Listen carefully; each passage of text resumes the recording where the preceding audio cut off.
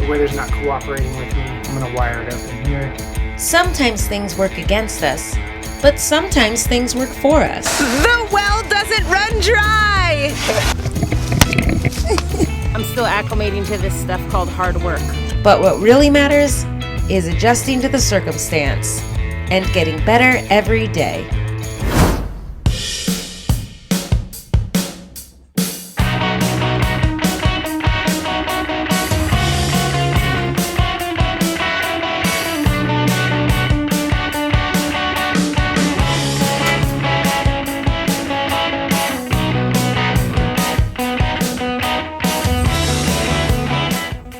Brought this box inside off the trailer because the weather's not cooperating with me and rain keeps coming and going, so I'm gonna wire it up in here and kind of narrate it so you can see what I'm doing.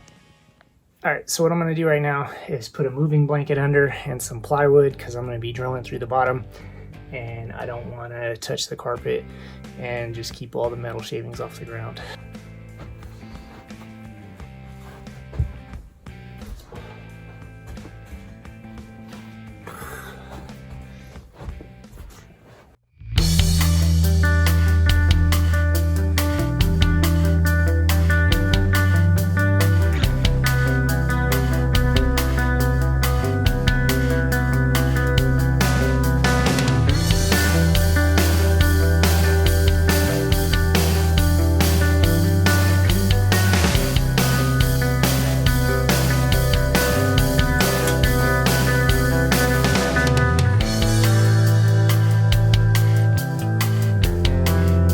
Okay, so what I'm going to do now is I'm going to orient all 4 batteries so that I can put them in series with these 3 bus bars. I'm also going to install the studs and these lock nuts.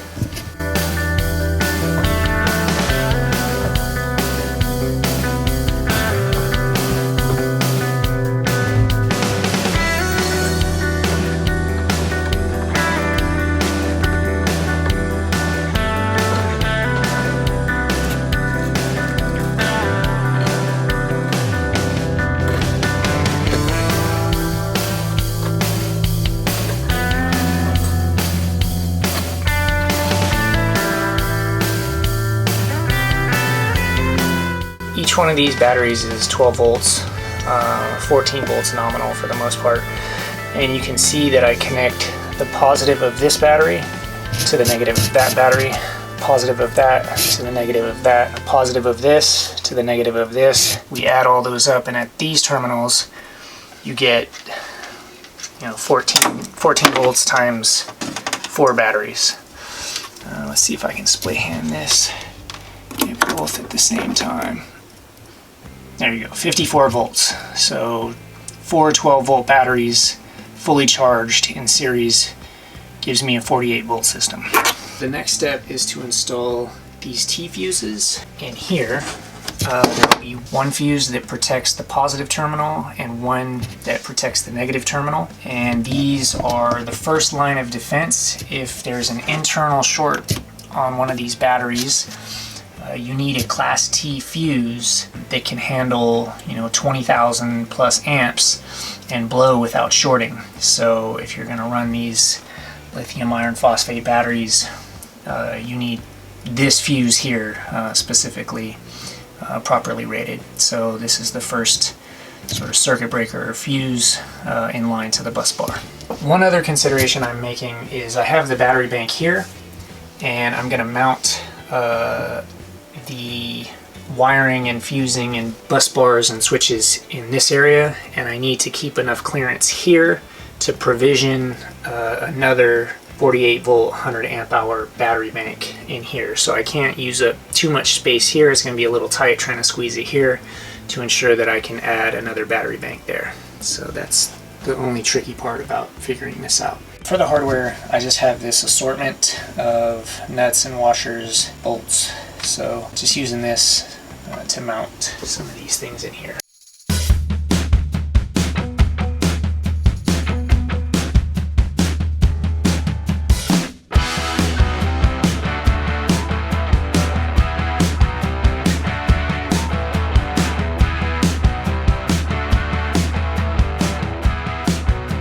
Okay, I needed 28 inches from the side to clear a battery bank.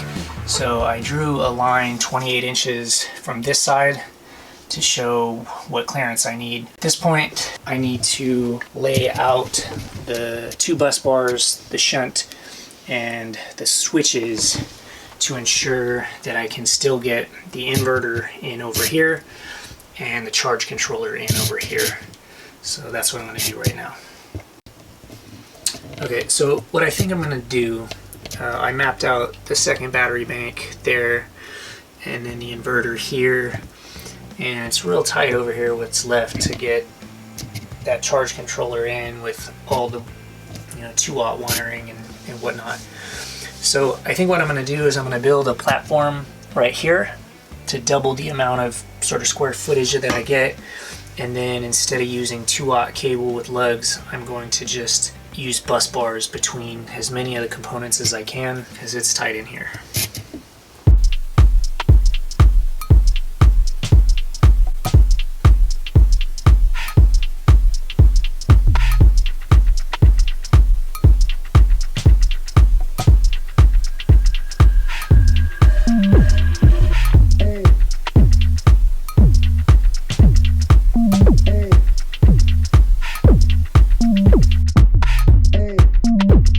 Okay, so with the bus bars fabricated and installed, it looks something like this.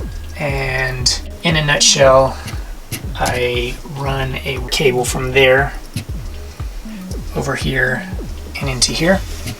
It goes through the T-fuse, then into the isolation switch, bus barred into this other bus bar. And from here, we tie it into the inverter. And same route here from the negative, route a cable over here into the negative side. The T-fuse goes through the T-fuse, gets bus barred over into the shunt. This is how we monitor how much power goes in and out of the system. From here to here, this is the isolation switch. From here to here, this is the bus bar. And then from here up to here into the inverter.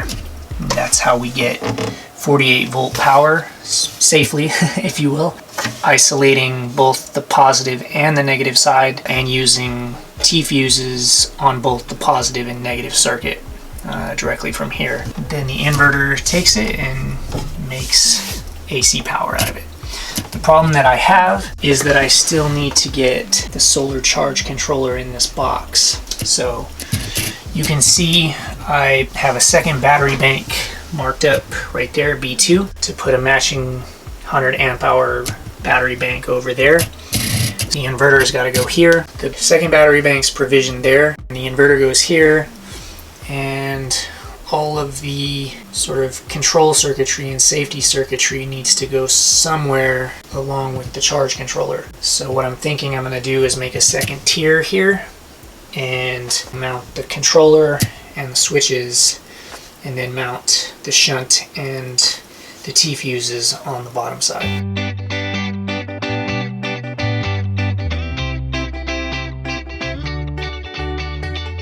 Alright, so here's what I do. I pre-bend the cable and get it in place and cut it, and then I crimp the lug on in the orientation that's needed.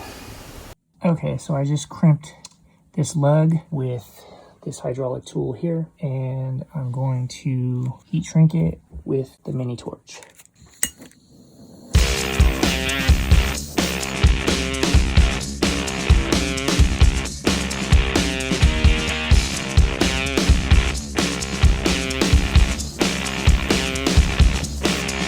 Okay, so I'm making this pedestal inside the box. This is my cut list, and I went ahead and cut them.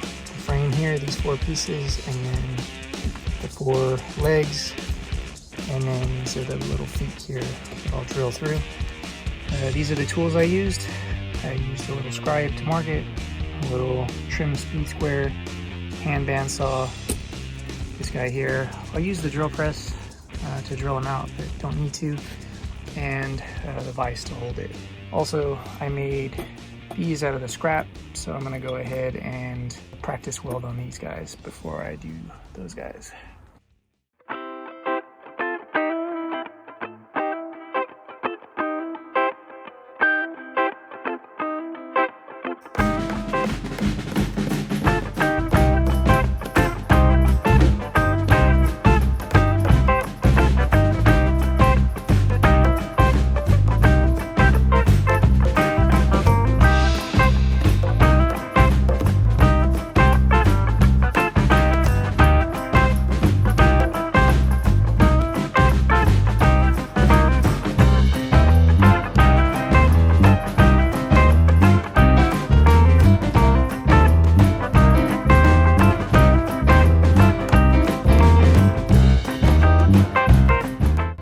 So this is the aluminum frame I made here.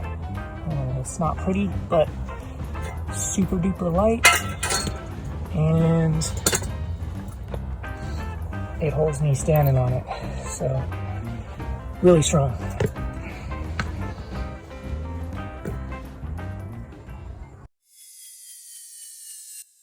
So the frame sits in here, and it will bolt to the floor and bolt to the side, and then there's 2 more holes here. And it's essentially allowing me to run these lugs underneath and have the fusing and shunt monitor underneath, and then I can have the charge controller and the bus bars on this shelf, and the bus bars will come out into the inverter right here.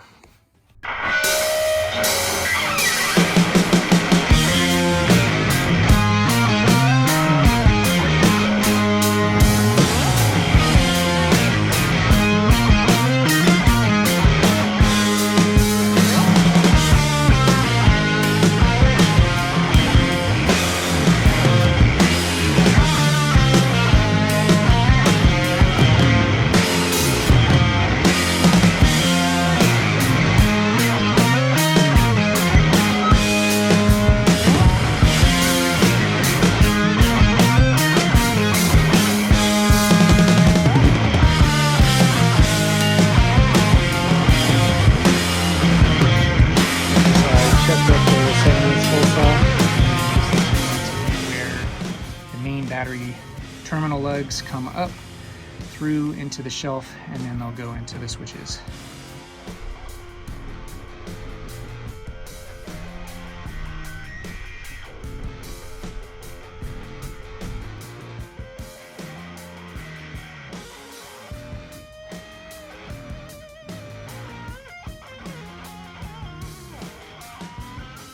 Okay, so there's the plate I fabbed up. These 4 holes over here will mount that guy. The 2 big holes there are what bring the lugs up here, and then these mounting holes here are for the bus bars. So this is what it looks like. I got the screws in it. Got these screws in, need to ream that one a little, but overall that's what the shelf looks like.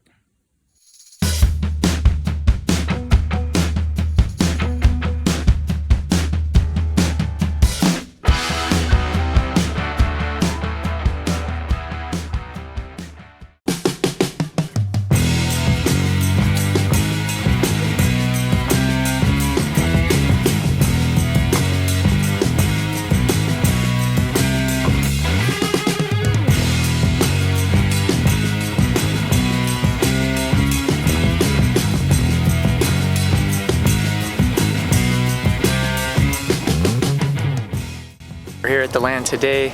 We're gonna do a little bit more work, try to cover up the forward side of the RV a little bit, and then we're gonna run the well for the first time and see if it pumps some water and see what it looks like. We tried to pump the well like months ago. Failed every time. Yep, we'll see. Hopefully today's not a failure. Yep.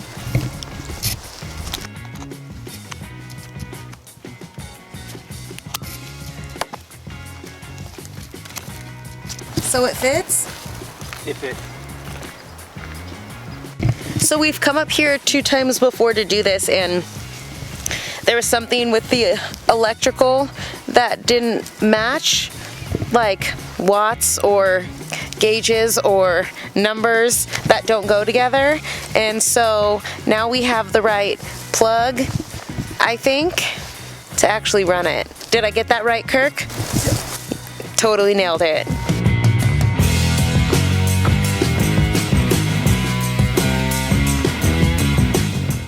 Do we want to go get a bucket from up there? Of water? Yeah, we'll just pump it in the bucket. Oh, an empty bucket. Yeah, the drain buckets. Kirk sent me up here to get a bucket without the keys. Good news is I'm getting in better shape because I ran from the car all the way here, and I'm only a little bit winded.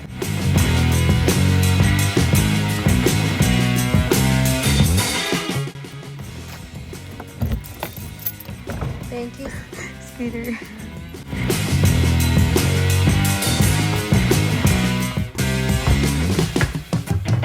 Let's go, bucket.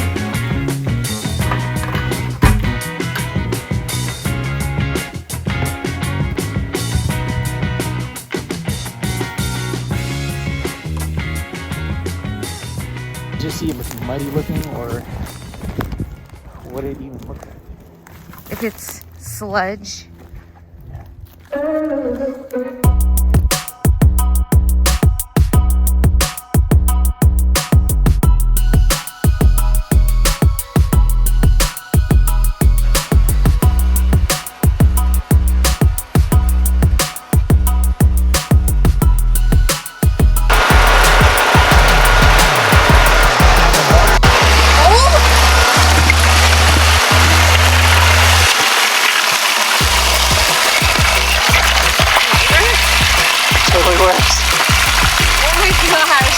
Let there be water. Amen. The well does not run dry.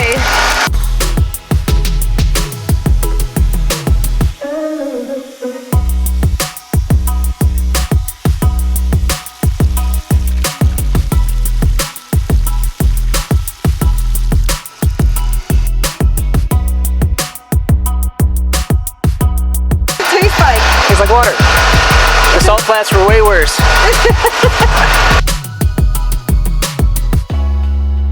The well doesn't run dry. It works. It pours water out. It dumps water. Almost filled that 5-gallon bucket like that. That is fantastic news. I was afraid it was gonna come out looking like mud. Just brown poo water. It looks like water. Clear as could be. And it tastes like water. Tastes like water. I didn't gulp it, but I tasted it. It tastes just like water.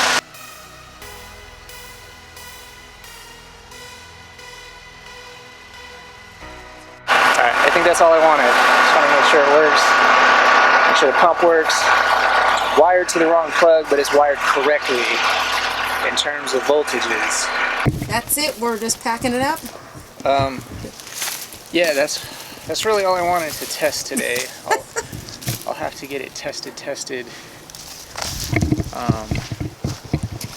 You know, for chemical content and sediments and stuff. But I just wanted to make sure that the pump works. It's wired correctly and incorrectly at the same time, and just see how well it's flowing. See what the water look like.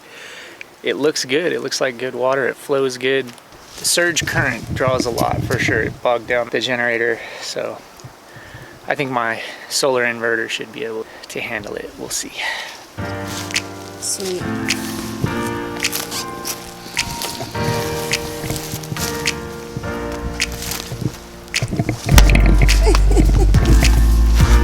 I mean, we have reports that said the water did pump, but we never saw it, so that's a big deal. You never know. You never know, especially after this long.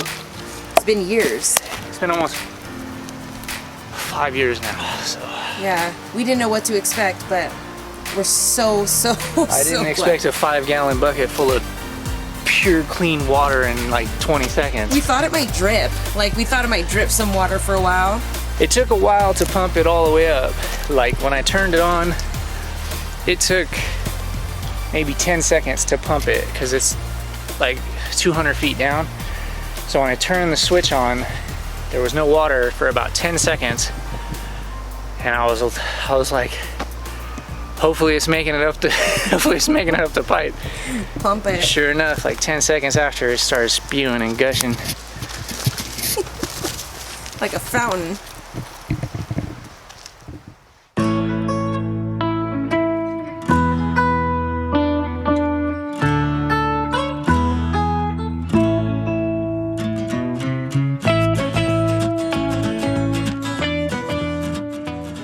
And because I'm not in that good of shape, I'm gonna take the car back up to the top. All we need is to run that route once. Do you want to grab the bucket? Do you want to grab the bucket of water? Yes, I would love to. Let's go.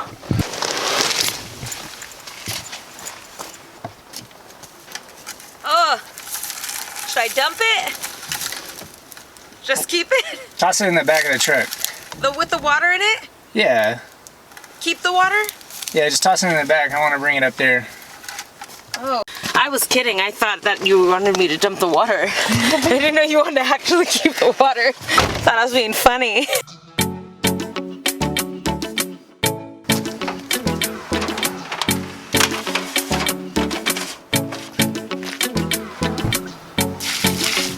Looks like water.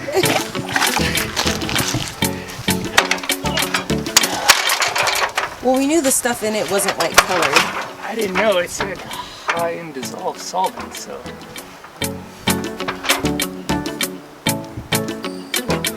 So today we're hopping up there and pulling forward the tarp from, You can see it. huh? You can see how it lifts up when the wind comes. Oh, from the wind. Yeah, it's lifting up over there. So the wind kind of pushed back the tarp that we set up last time.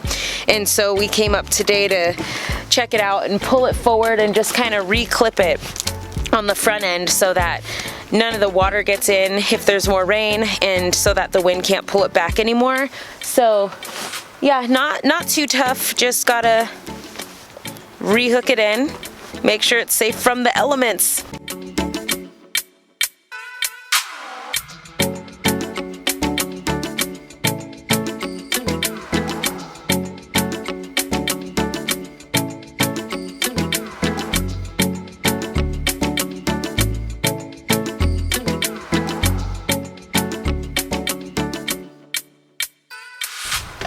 It'll be fine for right now. That's right, fine for now. That's what we're going for. Okay, let's bring our air fryer inside. Let's do it. My parents got us an air fryer and we got ourselves a spice rack. We haven't moved anything in because not living here, but getting our kitchen stuff in there feels good. Spices.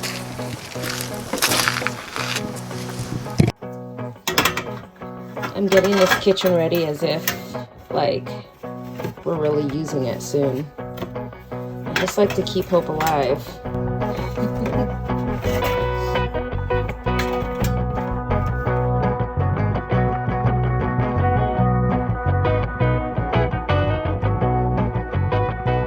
So we've been trying to get some raking and weed whacking done, but the weed whacker is acting up.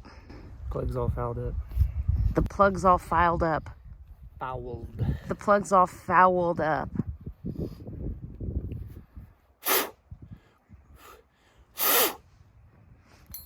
Does that just mean it's clogged? It has oil and gas on it.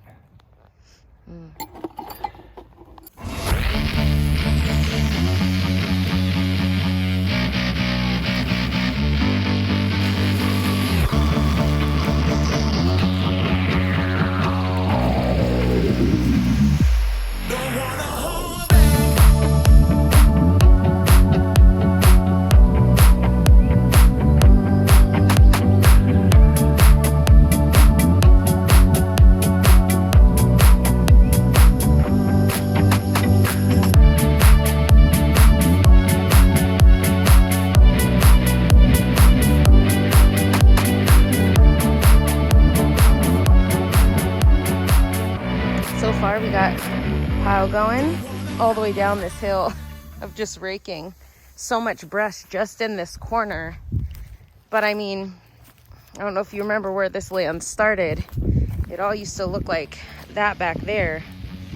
And between the brush hog, the weed whacking, the walking mower, we've gotten a lot of it cleared, and Kirk's been coming out by himself, so he's cleared a lot of this just himself. So round of applause for Kirky Poo.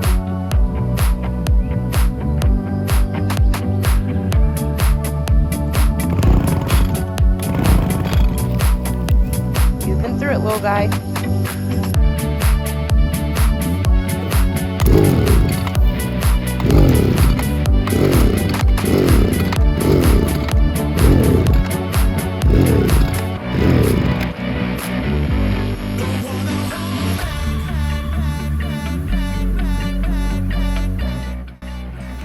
So now you gotta take it apart. Just gonna take down on the carburetor so I can see what it's doing.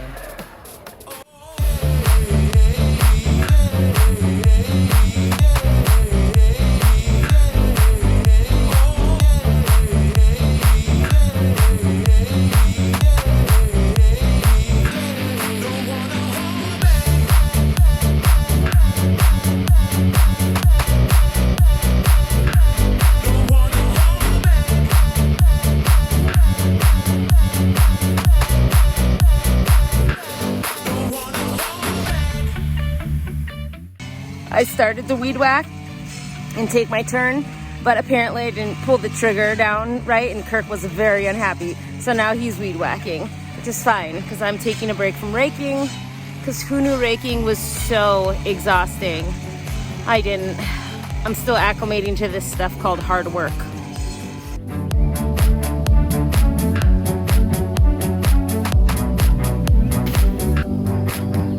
Well watered. We're headed out for the day. We got our well water souvenir for the road. We don't know what we're gonna do with it, but I think we're both pretty proud that the well works. I am happy about the well. It's clear water, which is really nice. It's the best news. Yeah. So just fixed up the tarp today, got a little more whacking and raking, and took some well water to go, so it was a good day. Every day out here is a good day until the next day. There's more where this came from. Thanks for joining us. Don't forget to like and subscribe. And join us on Patreon.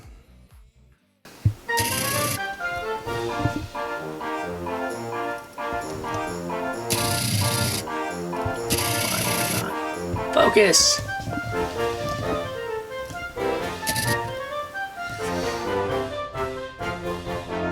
Alright, I'm gonna drill or hole saw the area for the main. I don't know what I'm talking about. That's it right there. And I got the main lugs coming up from underneath the shelf, feed into the bus bar. Looks pretty simple, but actually a lot of work to fit it in this tiny little area.